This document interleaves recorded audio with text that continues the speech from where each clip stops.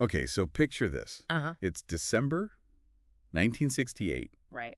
holiday season, Okay. in full swing. Yeah. And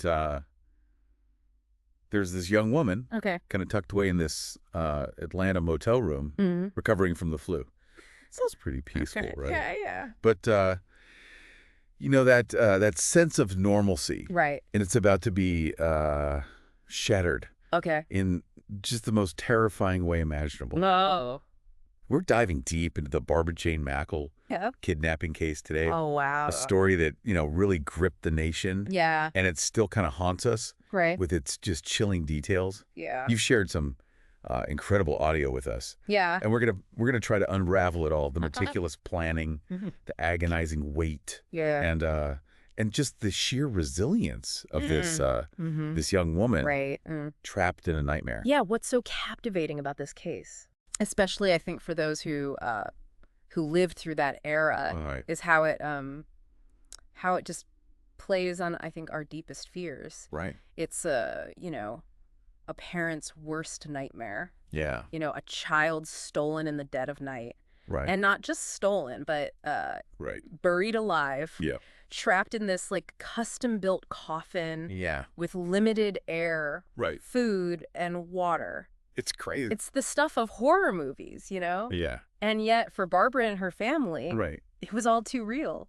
It's almost unimaginable. Yeah. We're talking about a time just before Christmas break. Right. Barbara Mackle, a student at Emory University, Okay. she's at that motel with her mother, Jane, Mm-hmm. who's, caring for her. Right. Right. And then in the blink of an eye, Yeah. everything changes. Oh. It's around 3 a.m. Okay.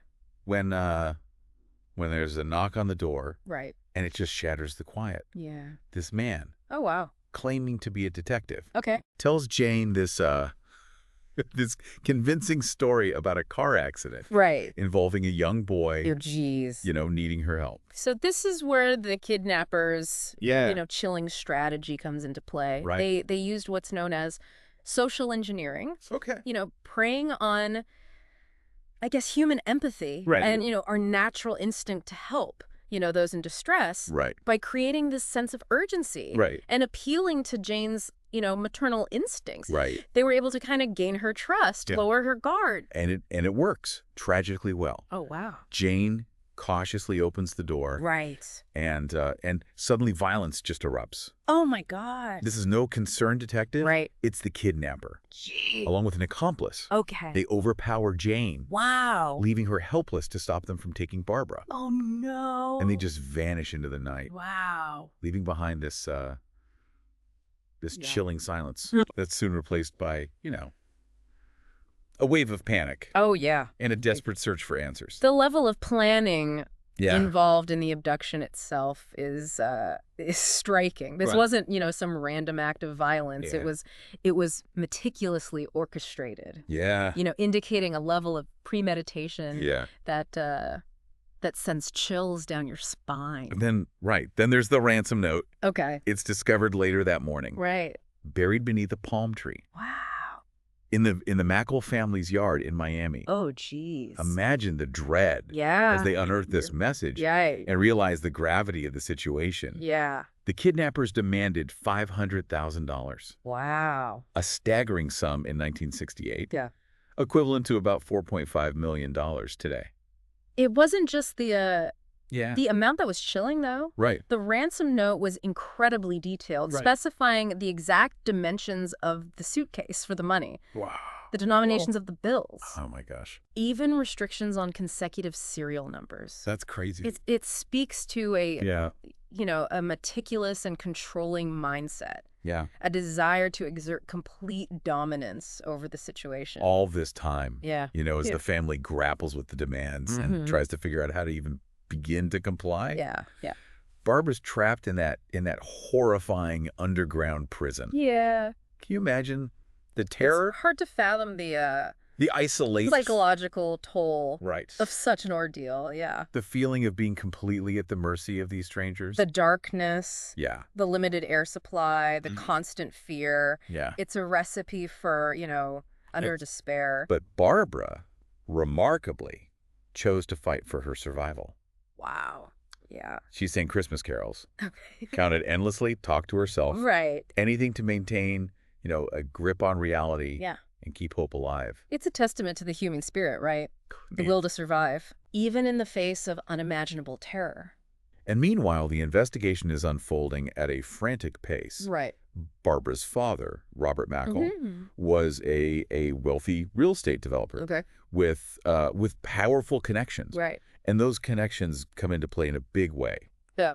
When he manages to reach Wow. FBI Director J. Edgar Hoover himself. The involvement of the FBI, Right, especially under Hoover's direct order, right. immediately elevated this case to a national priority. Yeah. It was no longer just a local kidnapping. Right. It was this high-stakes operation Right. with the full weight of the federal government behind it. Yeah. And the pressure was immense, Yeah. knowing that Barbara's life hung in the balance. The FBI meticulously followed Right. the kidnapper's intricate instructions, Okay. orchestrating these two Uh, tense ransom drops. wow. At the second drop, Right. there was a near miss with the police. Oh, my goodness. Can you imagine the tension, the fear that the whole operation might fall apart, and Yeah. all this time the Yeah. clock is ticking. Everyone's wondering, Yeah.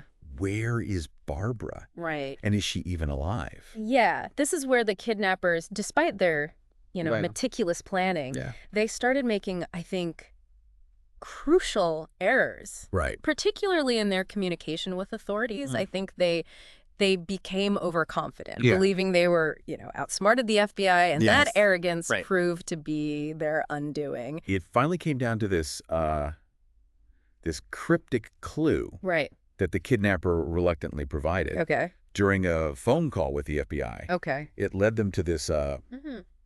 this vast, densely wooded area Ah. in Norcross, Georgia. Okay. Imagine the scale of the search, Yeah. the sheer desperation Right. as agents scoured the terrain, Mm-hmm. knowing that every minute counted for Barbara. Oh, yeah. It was yeah. a race against time, Right. with the stakes higher than ever. Yeah. So we left off with the FBI Right. in this desperate race against time, Yeah. searching for Barbara in this vast Georgia woodland, And must still. hoping against hope that that they weren't already too late. Like searching for a needle in a haystack Yeah. with a ticking time bomb Yeah, attached. yeah. But amidst all that chaos, Right. there was this glimmer of hope. One of the agents Yeah. spotted something unusual, Okay. this small pipe Right. protruding from the ground. Oh, wow. And it turned out to be the ventilation pipe Oh, from Barbara's buried coffin. Wow. The Oh. sound of faint tapping from below, Oh, my God. confirmed their hopes. Wow. She was alive. I can't even imagine. It was a moment of, Yeah. triumph against incredible odds, The relief. a testament to their persistence and dedication. Right. They carefully removed the airtight lid, Oh, God. and there she was, Wow. weak, dehydrated, Right. but alive. Barbara's rescue Yeah. after enduring 4 agonizing days It was a miracle. in that underground prison. It's a testament to her incredible strength, Right. her will to survive, Right. and the dedication of the FBI agents who Yeah. refused to give up hope. But the story doesn't end Right. with Barbara's rescue. No. There was still the question of Uh-huh.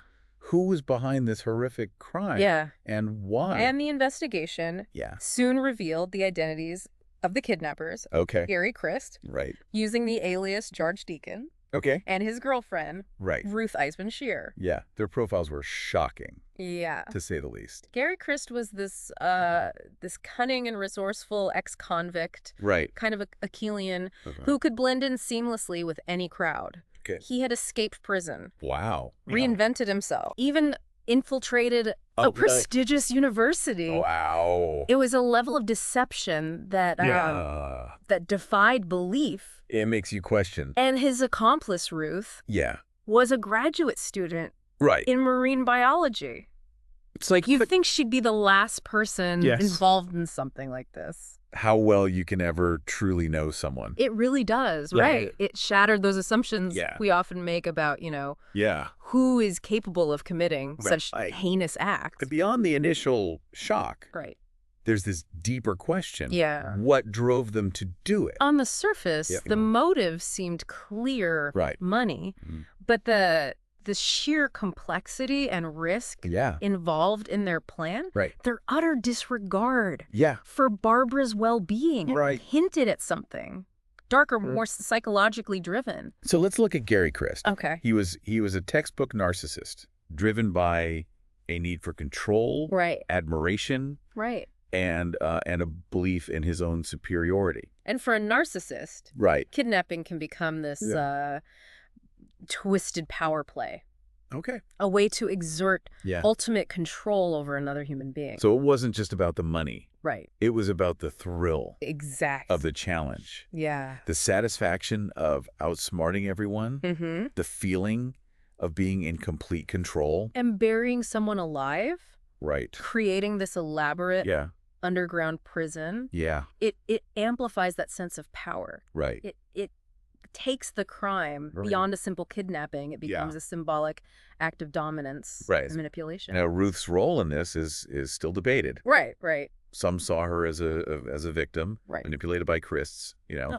charm and influence. Okay. Others believe she was a willing accomplice, Right. equally culpable for the crime. It's a fascinating psychological puzzle. It is. You know, did she truly believe his lies? Yeah. Was she blinded by love? Or did she share Right. his twisted desires Yeah. for power and control? Yeah. It's hard to say for sure, Right. but I think her actions speak volumes to abandon Barbara, Right. knowing the horrific situation she was in, and Right. then, attempt to build a new life for herself Yeah. without a shred of remorse. Yeah. Suggests Yeah. a profound lack of empathy Right. and a willingness to participate Right. in the cruelty. So the trial begins. Okay. Christ maintaining his innocence, Mm-hmm. pleads not guilty, Right. claiming insanity. The insanity defense is a Right. complex legal strategy Right. often used in these Okay. high-profile cases. Yeah. But in Christ's case, it Right. seemed like this desperate attempt to avoid responsibility Right. after evaluation by multiple psychiatrists. Yeah. None were willing to declare him insane. Wow. They saw him for Right. what he was, this Mhm. highly intelligent Uh-huh. and manipulative individual Right. who was fully aware of his actions. It's almost like Yeah. he believed his own lies Right. during the trial. Yeah. He spent hours lecturing the court Oh, wow. about the injustices Yeah. of the legal system, Jesus. completely missing the irony of his situation. Right. This man Yeah. who had violated Right. the most basic human rights Yeah. portrayed himself as Yeah. a champion of the oppressed. It's classic, Right. narcissistic behavior. Yeah. It's all about Yeah. constructing a narrative Yeah. that justifies their actions, Right. maintaining that inflated sense of self-importance, even facing overwhelming evidence. They twist reality Right. to fit their own distorted worldview. And when the jury returned Right, a guilty verdict right. recommending mercy Okay. and sparing him the death penalty, Right. Christ simply yawned, Wow.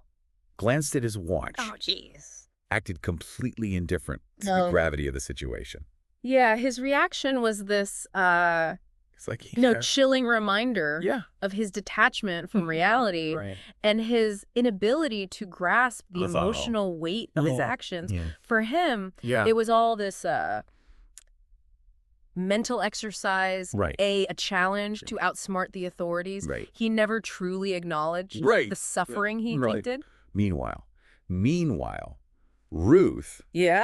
unlike Christ, Right. opted for a plea deal, Okay. admitting guilt to one count of kidnapping. Right. But what struck me Yeah. was how the media focused on her appearance. Oh, wow. Rather than the severity of her crime, she was dubbed a femme fatale, Right. with headlines emphasizing her beauty Wow. and attire. It's a prime example of Yeah. how gender bias can Yeah. influence, I think, media coverage Right. and public perception. Right. While Christ's intelligence Right. and manipulative nature were emphasized, Yeah. Ruth was reduced Right. to her physical attributes, Right. reinforcing, I think, harmful stereotypes about women's roles in crime. Right. It's a reminder that Yeah. even in pursuing justice, Right. societal biases can Yeah. creep in and Right. distort the narrative. And the disparity in their sentences Right. was glaring. Yeah. Christ received a life sentence, Oh.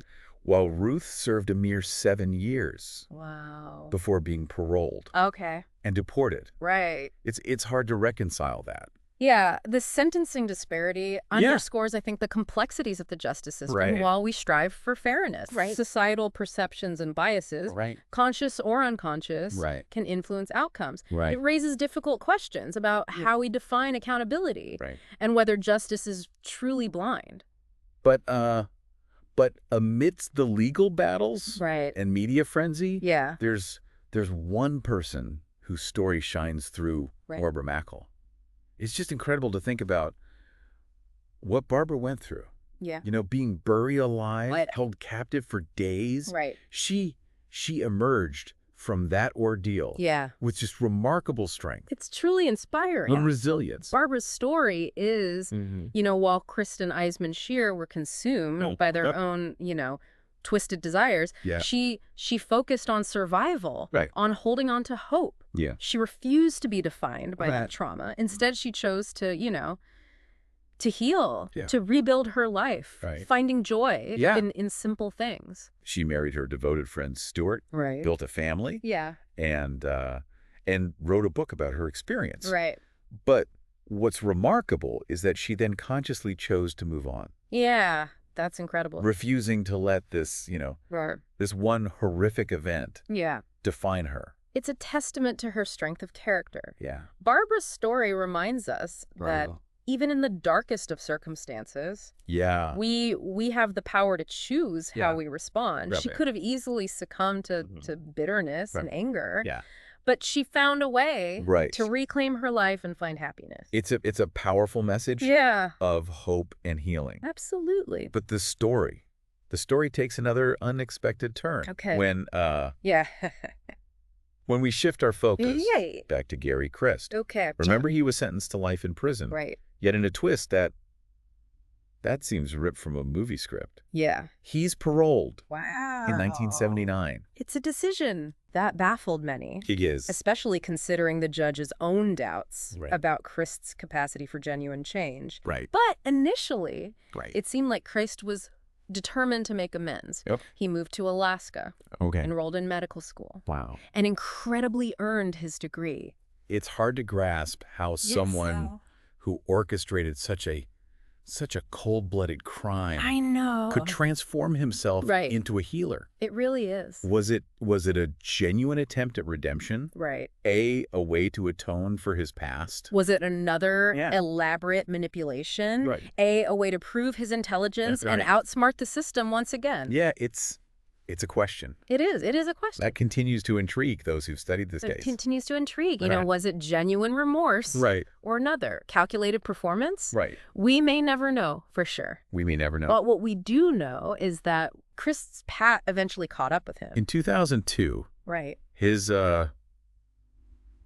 carefully constructed facade began to crumble. Right. He was stripped of his medical license Wow. for a series of offenses, Oh, wow. forging documents, Okay. making inappropriate comments to patients, Right. and even, facing accusations of sexual assault. It seems that some patterns of behavior are, Yeah. deeply ingrained. Mhm. Despite his attempts to reinvent himself, Right. Christ's manipulative tendencies Yeah. and disregard for rules Right. resurfaced. Yeah. It's a reminder that the Right. past can cast a long shadow. Yeah. And that true change requires a profound shift in character. And his story takes an even darker turn. Okay. He fled Indiana to avoid prosecution, Right. eventually returning to Alaska, Okay. where he dabbled in both, legal and illegal ventures. Right. And then came a truly shocking discovery. Customs agents raided his boat and uncovered a massive stash of cocaine. Wow. 37 pounds of it. Oh, my It goodness. turned out he'd been smuggling people into the country illegally as well. It's like he was living a double life. It's like straight out of a crime thriller. Right.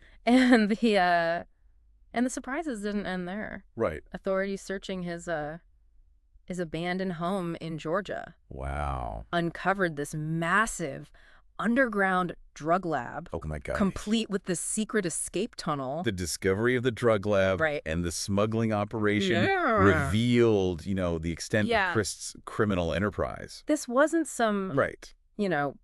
small-time offender. Right. He was a sophisticated operator Right. running this large-scale illegal operation. Yeah. It's a chilling example It is. of how someone can maintain this outward appearance of normalcy Right. while engaging Yeah. in deeply criminal activities. Right.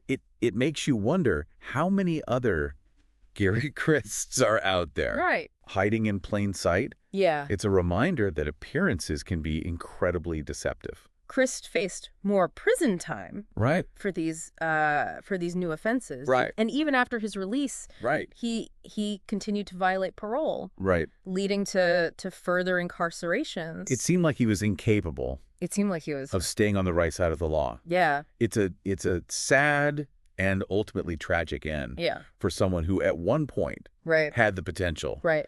for a successful, legitimate life. As of our last update, Right. Chris was released from prison in 2015. Okay. And at 79 years old, Yeah. it's unlikely we'll see him resurface Yeah. in the criminal world. Right. But his story remains this fascinating and disturbing reminder Yeah. of the human capacity Yeah. for both good and evil. This deep dive into the Barbara Mackle kidnapping case Right. has taken us on a roller coaster It has. of emotions. Yeah. From the depths of despair Yeah. to the heights of resilience. It's a story that forces us to confront, Yeah. uncomfortable truths Right. about human nature. Right. The depths of cruelty Yeah. some are capable of, Right. the resilience of the human spirit Right. in the face of unimaginable trauma, and Yeah. the complexities of the justice system Yeah. as it grapples with these issues. If you found this deep dive Right. as captivating As we did. as we did, Be sure to subscribe to Yeah. the Deep Dive Right. for more explorations of history's most fascinating and thought-provoking events. Right.